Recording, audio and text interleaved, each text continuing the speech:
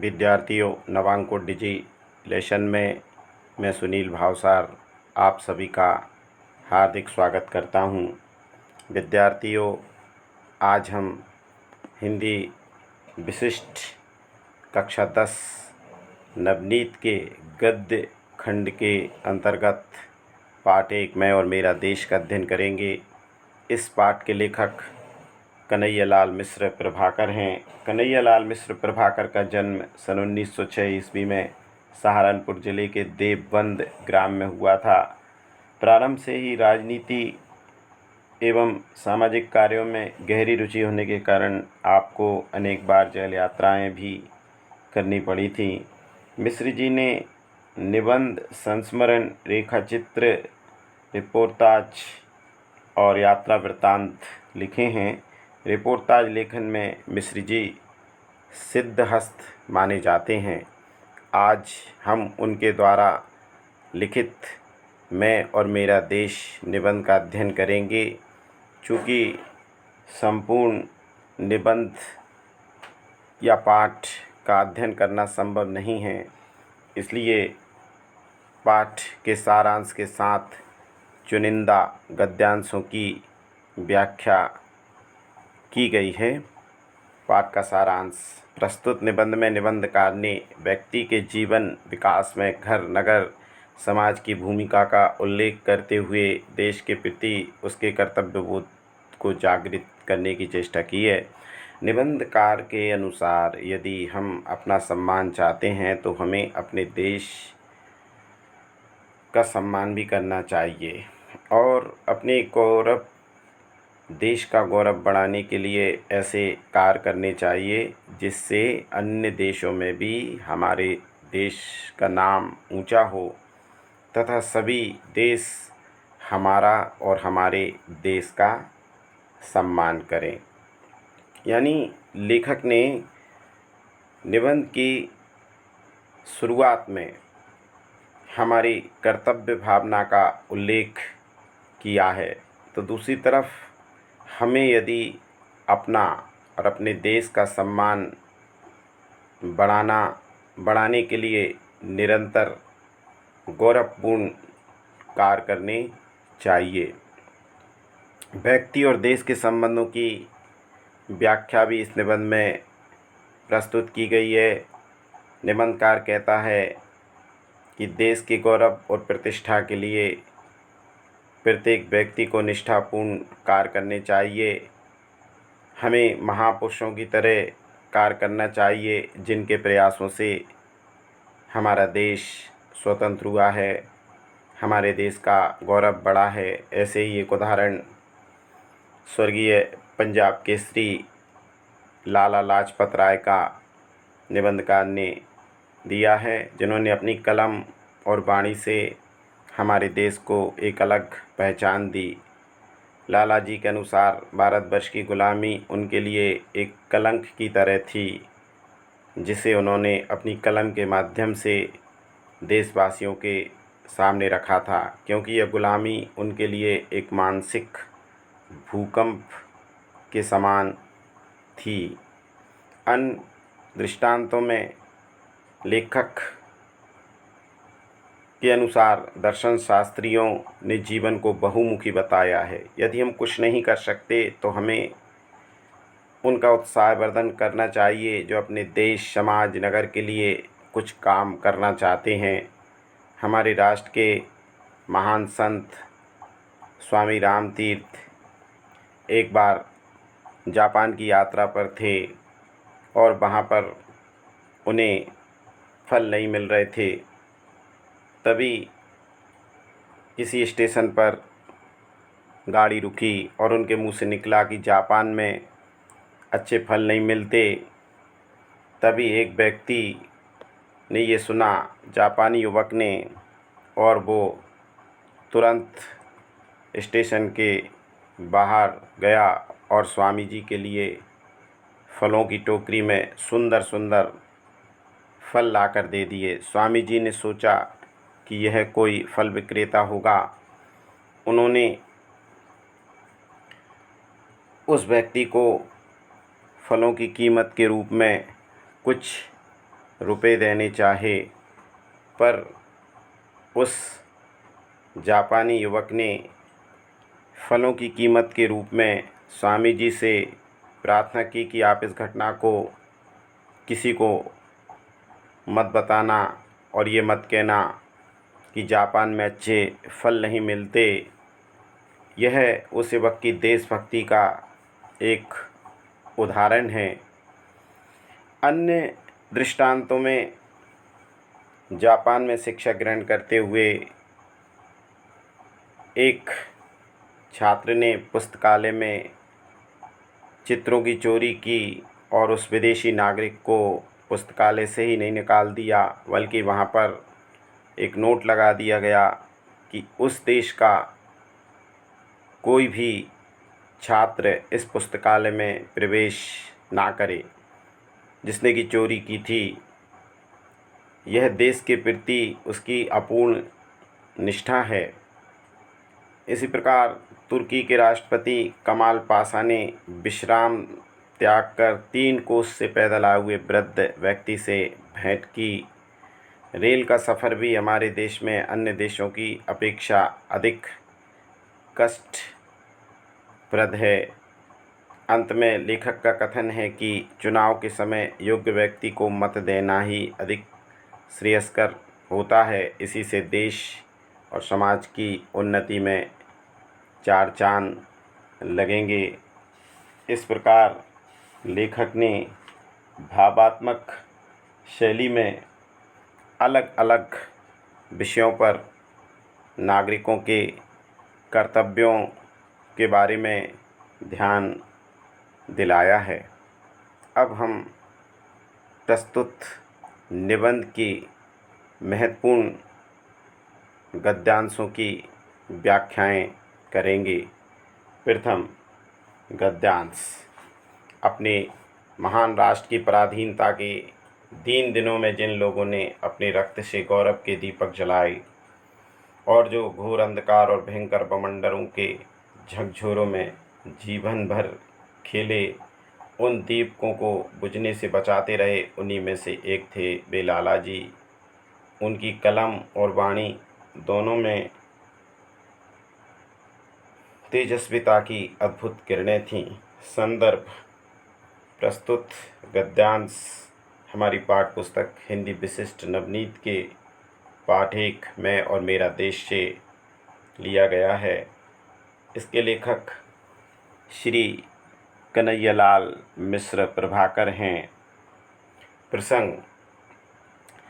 प्रस्तुत निबंध में निबंधकार मिश्र जी ने स्वतंत्रता संग्राम सेनानी लाला लाजपत राय के प्रभाव का वर्णन किया है। व्याख्या। लेखक कहता है, जब हमारा देश अंग्रेज़ों का गुलाम था, उन दिनों में कई देशभक्त महापुरुषों ने अपने खून से गौरव के दीपक जलाए और अनेक परेशानियों में भी उन दीपकों को जलाते रहे और उन्होंने भारत के गौरव के दीपकों को जीवन भर जलाए रखा। उन्हीं देशभक्त महापुरुषों में से एक थे लालाजी, पंजाब केसरी लाला लाजपत राय। लाला लाजपत राय की कलम और वाणी दोनों में तेजस्विता की अद्भुत किरण थी। यानी वे जो लिखते थे या वाणी से बखान करते थे, वह काफ़ी प्रभावशाली होता था। उन्होंने अपनी वाणी के द्वारा भारतवासियों को स्वतंत्रता का महत्व समझाया। विशेष लाला लाजपत राय के व्यक्तित्व का चित्रण। नंबर 2, शुद्ध साहित्यिक खड़ी बोली का प्रयोग। नंबर 3, विवेचनात्मक शैली। गद्यांश क्रमांक 2, हाँ जी, युद्ध में जय बोलने वालों का भी बहुत महत्व है। कभी मैच देखने का अवसर मिला ही होगा आपको, देखा नहीं आपने कि दर्शकों की तालियों से खिलाड़ियों के पैरों में बिजली लग जाती है और गिरते खिलाड़ी उभर जाते हैं। कभी सम्मेलनों और मुशायरों की सफलता दाद देने वालों पर निर्भर करती है। इसलिए मैं अपने देश का कितना भी साधारण नागरिक क्यों ना हूँ, अपने देश के सम्मान की रक्षा के लिए कुछ भी कर सकता हूँ। संदर्भ पूर्व की तरह प्रस्तुत काव्य पंक्तियों ने प्रस्तुत गद्यांश में लेखक कहता है कि एक साधारण व्यक्ति भी अपने देश के सम्मान के लिए बहुत कुछ कर सकता है। व्याख्या, हाँ जी, युद्ध में जय बोलने वालों का भी बहुत महत्व है। लेखक कहता है कि युद्ध तो सैनिक लड़ते हैं, लेकिन इस युद्ध में सैनिकों का मनोबल बढ़ाने वालों का भी बहुत महत्व होता है। कभी लेखक कहता है कि आपको मैच देखने का अवसर भी मिला होगा, जब दर्शक किसी टीम विशेष के पक्ष में तालियां बजाते हैं तो इससे खिलाड़ियों के जोश में वृद्धि होती है और कभी कभी गिरते खिलाड़ी भी उठकर ज़बरदस्त प्रदर्शन करते हैं और तालियों की गड़गड़ाहट से उनके उत्साह में वृद्धि होती है। इसी प्रकार कभी सम्मेलनों और मुशायरों की सफलता भी उसकी प्रशंसा में तालियां बजाने वालों पर निर्भर करती है। इसलिए लेखक कहता है कि यदि कोई देश का छोटे से छोटा नागरिक भी हो तो वह भी अपने देश के गौरव और सम्मान को बढ़ाने के लिए बहुत कुछ योगदान दे सकता है। विशेष हर स्तर के कार्य का महत्व बताया गया है। सरल सुबोध साहित्यिक खड़ी बोली का प्रयोग, उद्धरण शैली और आत्मबोधक परक शैली का प्रयोग लेखक के द्वारा किया गया है। गद्यांश क्रमांक 3, जहाँ एक युवक ने अपने काम से अपने देश का सिर ऊंचा किया था, वहीं एक युवक ने अपने देश के मस्तक पर कलंक का ऐसा टीका लगाया जो जाने कितने वर्षों तक संसार की आंखों में उसे लांछित करता रहा। संदर्भ पूर्व की तरह। प्रसंग, प्रस्तुत गद्यांश में लेखक ने व्यक्ति के कामों का उसके देश पर पड़ने वाले प्रभाव का वर्णन किया है।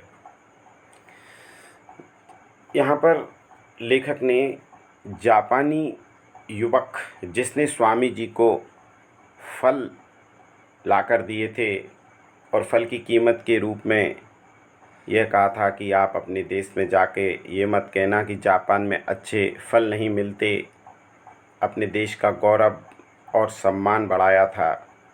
वहीं एक दूसरा युवक जिसने पुस्तकालय में से एक पुस्तक ली और उसके चित्रों को फाड़ लिया और चोरी के इल्ज़ाम में उसको जेल की हवा खानी पड़ी, उसे स्कूल से भी निकाल दिया गया। और इसी बात पर इसी गद्यांश में लेखक कहता है कि इस घटना ने आने वाले कई सालों तक संसार की आँखों में उस व्यक्ति को हीन दृष्टि से देखा या देखते रहेंगे। इसलिए व्यक्ति के कार्यों का देश के सम्मान पर बहुत बड़ा प्रभाव पड़ता है और व्यक्ति को अच्छे कार्य करना चाहिए जिससे कि देश के गौरव और सम्मान में वृद्धि हो। विशेष सहज सरल भाषा। नंबर 2, अच्छे कार्यों को करने की प्रेरणा दी गई है। तुलनात्मक शैली। गद्यांश क्रमांक 4। जैसा मैं अपने लाभ और सम्मान के लिए हर एक छोटी छोटी बातों पर ध्यान देता हूँ, वैसा ही मैं अपने देश के लाभ और सम्मान के लिए छोटी छोटी बातों पर ध्यान दूँ, ये मेरा कर्तव्य है। और जैसे मैं अपने सम्मान और साधनों से अपने जीवन में सहारा पाता हूँ, वैसा ही देश के सम्मान और साधनों से भी सहारा पाऊँ, यह मेरा अधिकार है। बात यह है कि मैं और मेरा देश दो अलग चीज़ तो हैं ही नहीं। संदर्भ पूर्व की तरह। प्रसंग। प्रस्तुत गद्यांश में बताया गया है कि नागरिक को देश हित की छोटी से छोटी बात पर भी पूरा ध्यान देना आवश्यक होता है। लेखक कहता है कि मैं अपने देश का नागरिक होने के कारण मानता हूँ कि अपना देश मैं ही हूँ, और जैसा मैं अपने लाभ और सम्मान के लिए छोटी छोटी बातों को महत्वपूर्ण समझता हूँ, वैसा ही अपने देश के लाभ और सम्मान के लिए छोटी छोटी बातों पर मुझे ध्यान देना चाहिए, क्योंकि यह मेरा कर्तव्य है। जैसे मैं अपने सम्मान और साधनों से अपने जीवन में सहारा पाता हूँ, वैसा ही देश के सम्मान और साधनों से भी सहारा पाऊँ, सहयोग प्राप्त करूँ, ये मेरा अधिकार है। क्योंकि वास्तविकता तो ये है कि मैं और मेरा देश एक ही है। यानी कोई भी देश व्यक्तियों से मिलकर बनता है, उनमें किसी प्रकार का देश में और देश के नागरिक में किसी प्रकार का अलगाव नहीं होता।